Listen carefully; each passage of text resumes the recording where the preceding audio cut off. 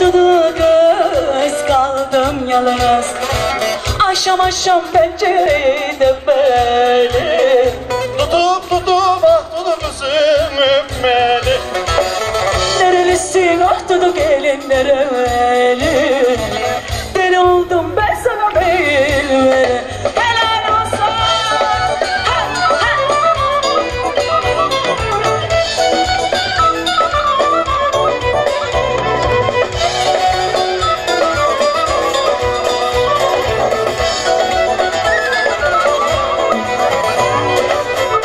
Bahçemizde güren var, bulunan süren var. İnkar etme Dudu kız, sarılırken gören var. Aman Dudu kız kaldım yalnız. Aşam aşam pencereyi açmalı. Tutup ah Dudu kıza kaçmalı.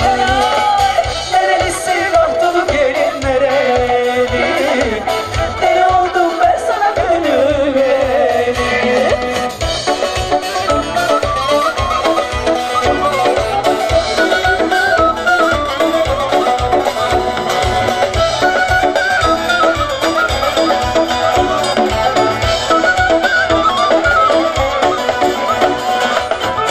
Ayva sarı, nar sarı, sarıya konar arı. Kızım bana varmıyor, nasıl ederim gari? Hey, aman tuttu kız kaldım yalnız. Akşam akşam pencereyi açmalı.